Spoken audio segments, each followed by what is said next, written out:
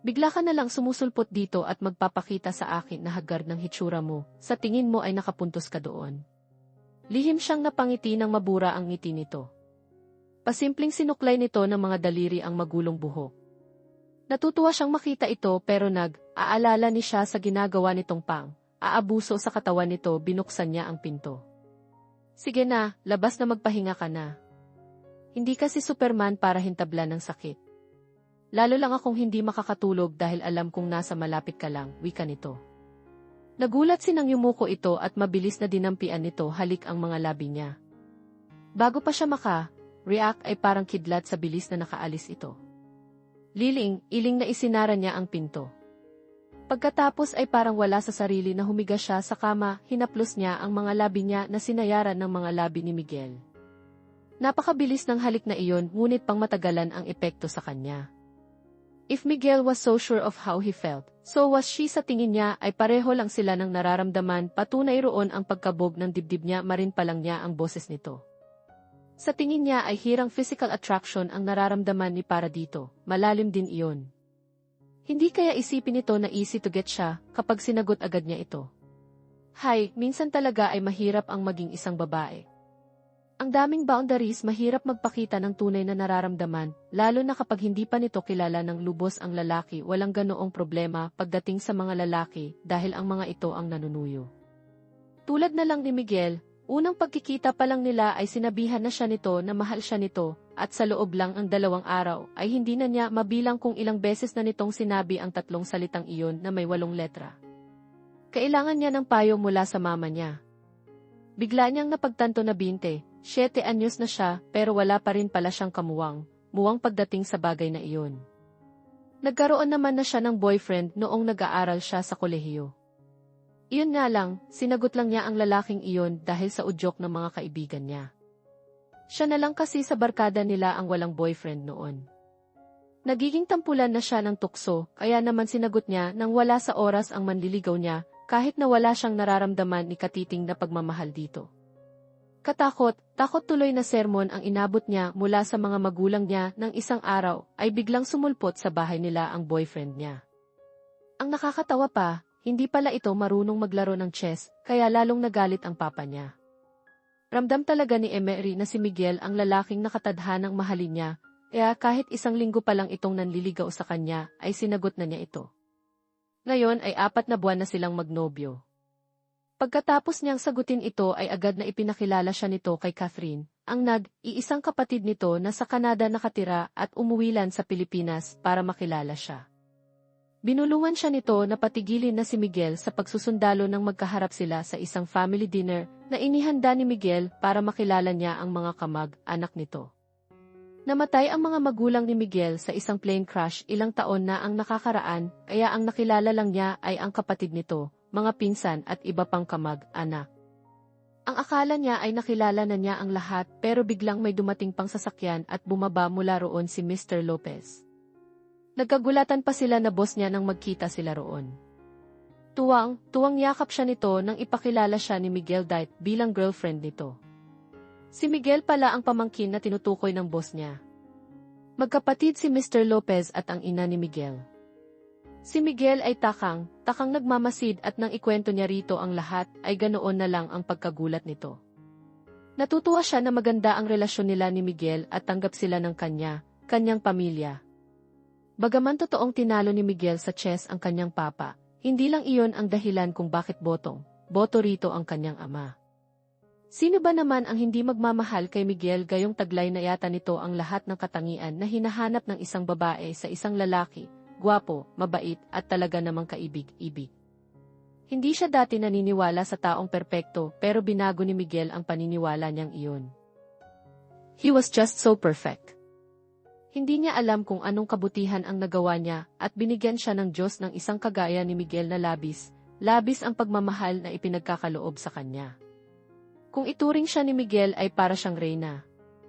Mahal na niya ito, hindi niya alam kung paano siya mabubuhay kung wala ito. Masyado na kasi siyang sinanay nito sa mga paglalambing nito, sa mga tawag nito para lang sabihan siya ng I love you. Nasanay na rin siya sa mga halik nito na madalas magpawala sa kanya sa katinuan. Noon din lang niya napatunayan na walang salitang EBC sa dalawang taong nagmamahalan dahil kahit gaano yata kaabala ito ay lagi pa rin itong may panahon sa kanya. Napangiti siya nang pumailan lang ang awiting Born for You ni David Pomeranz. Iyon ang ringtone ng cellphone niya at theme song nila Miguel. Nagkataon kasi na iyon din ang tugtog ng sagutin niya ito.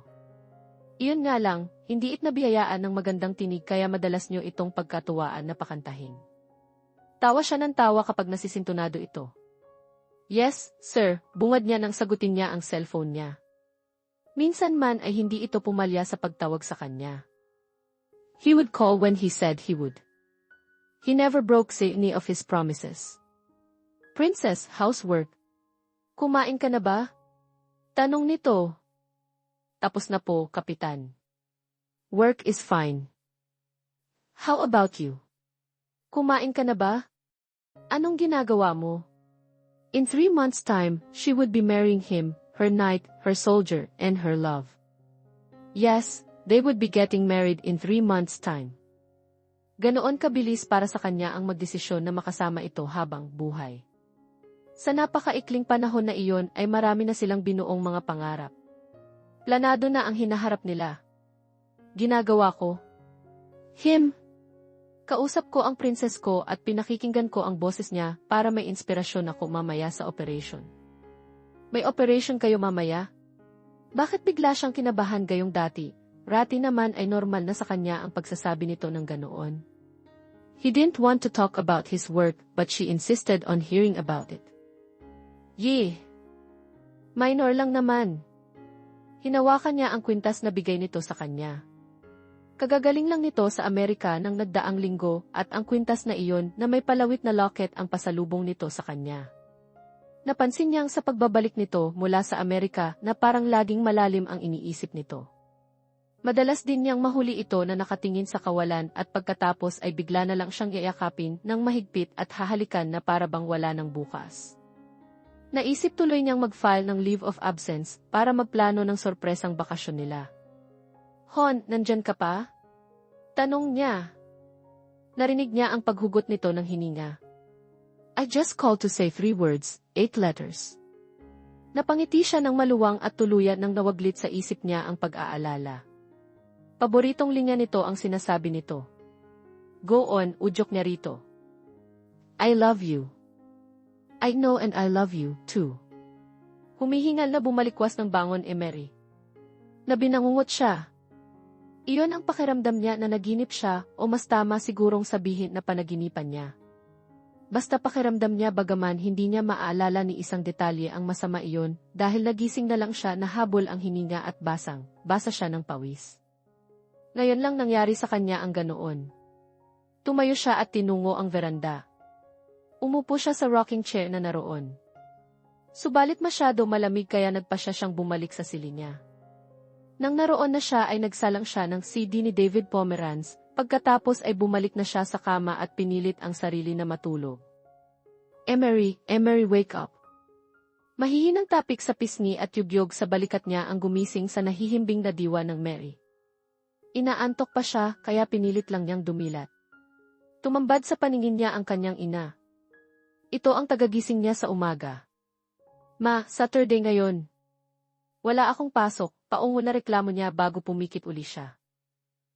Anak, ma, please natigilan siya nang makita ang mukha nito. Malungkot ito. Namumula ang mga mata nito na parang umiyak ito. Tuluyan nang naglaho ang antok niya. Ma, anong problema? Sa pagkamangha niya ay bigla na lamang siyang niyakap ito. Pinakawalan din agad siya nito. Hindi nakaligtas sa paningin niya ang pasimpleng pagpahid nito sa luhang naglandas sa pisngi nito. May bisita ka sa ibaba. Si Miguel. Ang aga namang istorbo ng iflalaking yon. Napangiti na siya at nawaglit na sa iniisip niya ang malungkot na mukha ng kanyang ina. May usapan sila ni Miguel na susunduin siya nito sa bahay nila ng araw na iyon. Pupunta sila sa ipinapatayo nilang bahay. Pagkagaling doon ay balak nilang mag-canvas ng mga furniture at iba pang gamit sa bahay. Mabilis siyang kumilos. Naghilamos lang muna siya at nagpalit ng damit, nakapantulog kasi siya bago nagpa siyang harapin ang bisita niya. Catherine! Nasorpresang bulalas niya nang hindi si Miguel, kundi ang kapatid nito ang nakita niya sa sala ng bahay nila. Biglang nabura ang ngiti niya at inalihan siya ng kaba nang mapansin niyang mugto ang mga mata nito. Bakit bigla siyang kinabahan? May nangyari bang masama kay Miguel? Lipat ang tingin niya kay Catherine at sa mga magulang niya na nakatayo sa isang sulok ng sala. Lalo siyang kinabahan. Parang mabibingi siya sa lakas ng kabog ng kanyang dibdib. Catherine, anong hindi niya natapos ang itatanong dahil bigla itong tumayo at sinugod siya ng yakap bago humahagulhol na nagsalita, Miguel is gone. Parang bomba iyon na sumabog sa harap niya. No. She screamed and then everything went black. A year later. Yan daya mo, Miguel. Ang daya-daya mo humahagulhol na wika ni Emery habang yakap-yakap ang nakakwadrong litrato ni Miguel. Bakit mo ko iniwan? Hindi nakaligtas si Miguel sa huling assignment nito. They were ambushed and outnumbered. Nabaril ito nang balikan nito ang isang tauhan nito na hindi makalakad dahil sa tama ng bala. He could have survived but he was too noble an officer to leave any of his men behind. Kung hindi nito binalikan ang taong iyon ay tiyak na buhay pa ito at kasal na sila. Kabila ang ibinigay na parangal dito, ngunit ano ang gagawin niya sa mga iyon kung wala na si Miguel? Patay na ang mahal niya. Iniwan siya nito at ang mga pangarap nila. You're so unfair, Miguel. How could you sweep me off my feet so quickly only to leave me? Sabi mo, mahal mo ako. Bakit pinahihirapan mo ako ngayon? Please, Miguel, come back to me. Umiyak siya ng umiyak hanggang makatulugan niya iyon. CIV Safe House, Washington Malakas na sigaw ni Miguel. Malapit na yata siyang masiraan ng bait. Hindi mawala sa isip niya ang mukha ni Emery. Para iyong nilagyan ng superglue at idinikit sa utak niya, kaya kahit nakapikit siya ay iyon pa rin ang nakikita niya. Ang akala niya noon ay pagsusundalo ang buhay niya, na naroon ang puso niya dahil kahit mayaman ang kanyang pamilya ay pinili pa rin niyang maging sundalo. Bata pa lang kasi siya ay mahilig na siya sa aksyon at sa mga baril. Nang magpasya siyang maging sundalo ay hindi naman tumutol ang mga magulang niya. Masaya siya na mapaglilingkuran niya ang kanyang bansa, kailanman ay hindi pa niya nararanas ang umibig pero naniniwala siya na exist iyon dahil saksi siya sa pagmamahalan ng kanyang mga magulang at hindi rin niya itinatangging humihingi siya sa Diyos ng babaeng mamahalin at makakasama niya habang buhay. Iyon nga lang, mukhang hindi pa panahon para mag-cruise ang mga landas nila. He was a man of course, and he had needs. Nakukuha naman niya iyon sa mga babaeng handang makipaglaro sa kanya. He could have them with no strings attached, just their company and of course, great sex. Pero nakipaglaro yata sa kanya ang tadhana at si Cupido. Pinana ng huli ang puso niya at mukhang asintado ito dahil talagang tinamaan ang pinakagitna ng puso niya. Nakita niya si Emery sa malayo, sa gitna ng maraming tao sa magulong terminal ng bus sa Cubao. Namumukod, tangi ito sa lahat. She was just so beautiful that she outshined the rest. Right then and there, he knew he was in love. Call him crazy, but yes, he loved her at first sight. Alam na agad niya na in love siya bagaman hindi pa niya nararanasang ma-in love. Basta ang alam lang niya ay may kung anong nagbubulong sa kanya na mahal na niya ito. He had never felt so scared in his entire life, but when he saw her boarding the bus heading to Batangas Pier, he really felt scared that he might lose her. Kaya naman sa takot na makawala pa ito ay sumakay rin siya sa bus na sinasakyan nito. Nakalimutan na niya ang trabaho niya ng mga oras na iyon. Ang mahalaga ay hindi ito mawala sa paningin niya, habang nakaupo siya sa likuran nito ay abala siya sa pag-iisip ng para makilala ito. To approach her easily he planned a step.